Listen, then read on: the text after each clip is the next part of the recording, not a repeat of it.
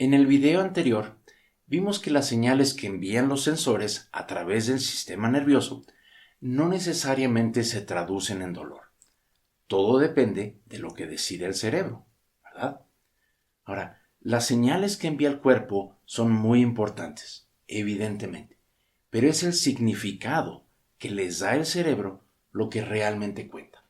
Así que vamos a explorar esto con más detalle.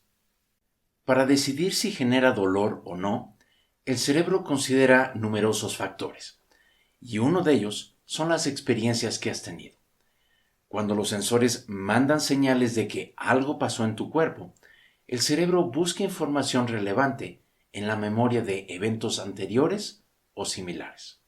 Supongamos que te cortas con un alambre de púas. El cerebro considera experiencias pasadas en donde te cortaste. Por ejemplo, ¿qué pasó como resultado? ¿Hubo infección? ¿La herida que tienes podría infectarse?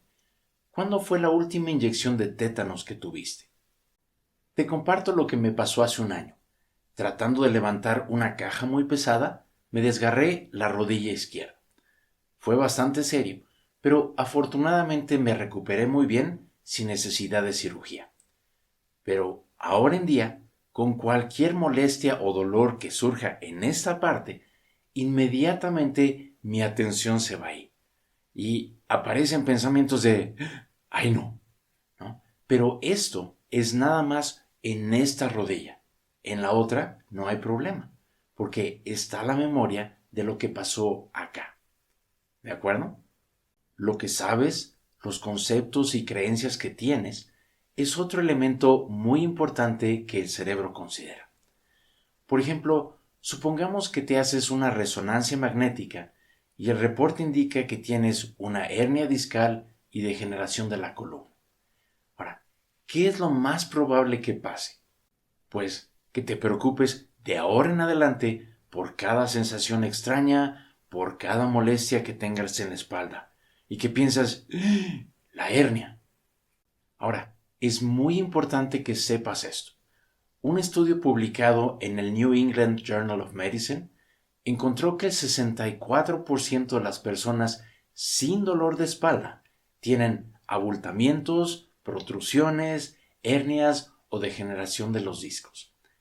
Estos cambios se dan como resultado del proceso de envejecimiento natural y por el simple hecho de estar vivo o viva. En otras palabras, estas abnormalidades son normales y de esperarse. Ahora bien, tu cuerpo es increíblemente resiliente y se adapta ante estos cambios. Así que puede haber abultamientos, protrusiones, hernias o degeneración en la espalda, pero esto no necesariamente se traduce en dolor. Te comparto más evidencia. Una investigación en Suiza que estudió a pacientes con dolor crónico no encontró ninguna relación entre problemas estructurales como degeneración y protuberancias de disco y síntomas del dolor. Por otro lado, esta tabla muestra los hallazgos de estudios radiológicos hechos en personas que no tienen dolor de espalda. Como puedes ver, conforme avanza la edad, la prevalencia de degeneración, fisuras, abultamientos, etc., aumenta. Y sin embargo, aún con estos cambios estructurales, estas personas no tienen dolor. Así que, cuando leas los resultados de una tomografía o de una resonancia magnética, recuerda que esos hallazgos no necesariamente indican que algo está mal. Más aún, no necesariamente se traducen o son la causa de dolor. Saber esto es crucial porque influye en qué tanto dolor experimentas y te ayuda a sentirte con más calma y a no tener miedo. Muy bien, regresando a lo que el cerebro toma en cuenta para decidir si genera dolor o no, el contexto es otro factor esencial.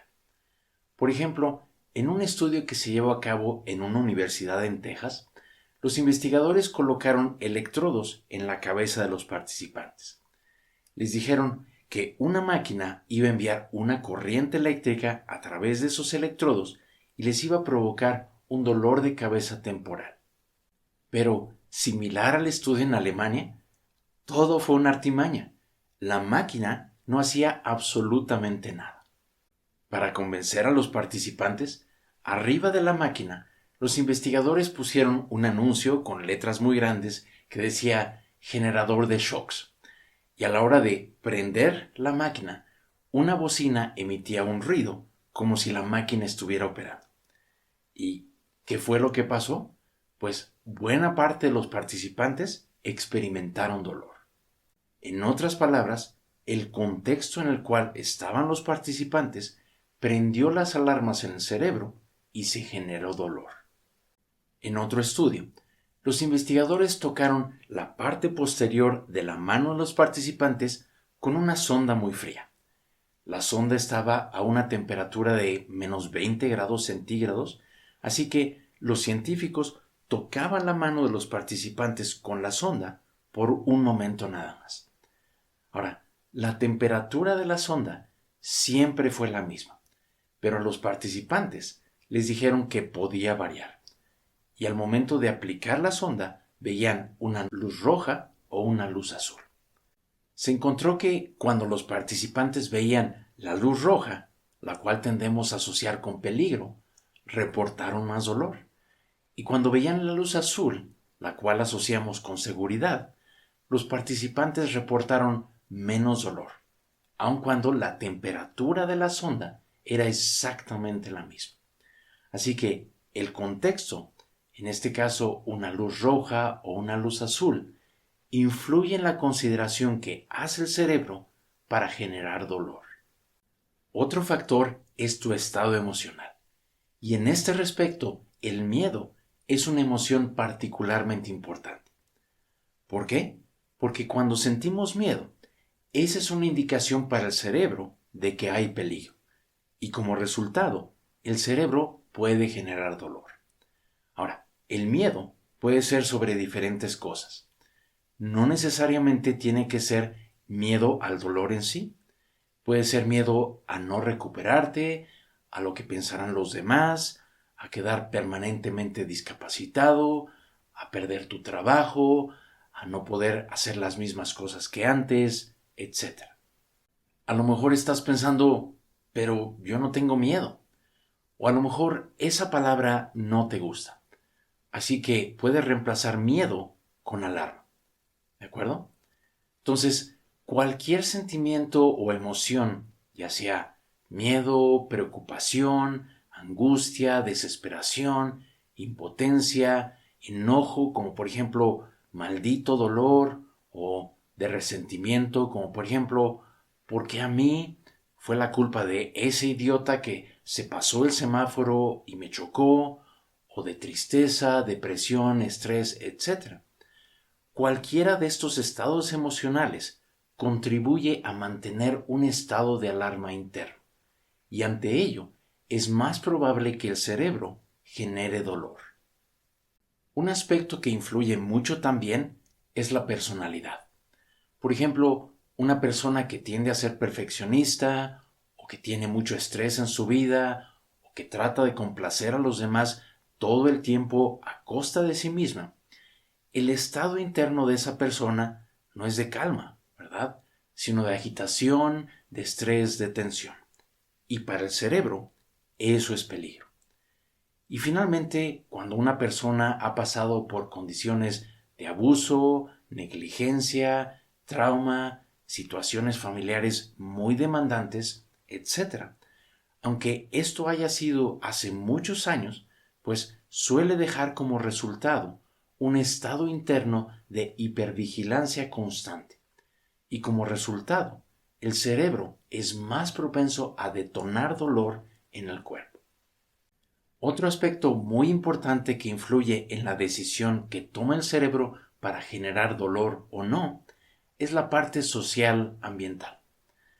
Esto incluye cosas como la calidad de tus relaciones con otras personas, qué tan vulnerable o seguro o segura te sientes en casa, en tu trabajo, la zona en donde vives, la comunidad a la que perteneces, el grado de acceso a servicios de salud, de cuidado. Todo esto es muy importante. Por ejemplo, la experiencia de una persona que tiene a familiares o amigos que se interesan por ella, que la cuidan, es muy diferente a la de una persona que se siente ignorada, que no tiene apoyo. Entonces, resumiendo, el dolor depende del significado que el cerebro le da a la información que recibe de tres grandes aspectos. Primero, la parte biológica, es decir, las señales que vienen del cuerpo.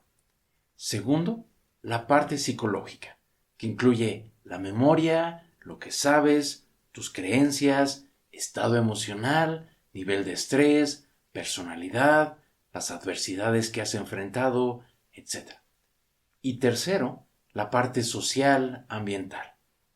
Evidentemente, esto no es algo fijo. El cerebro está evaluando momento a momento cuánto dolor generar dependiendo de lo que esté ocurriendo con todos estos factores. ¿De acuerdo?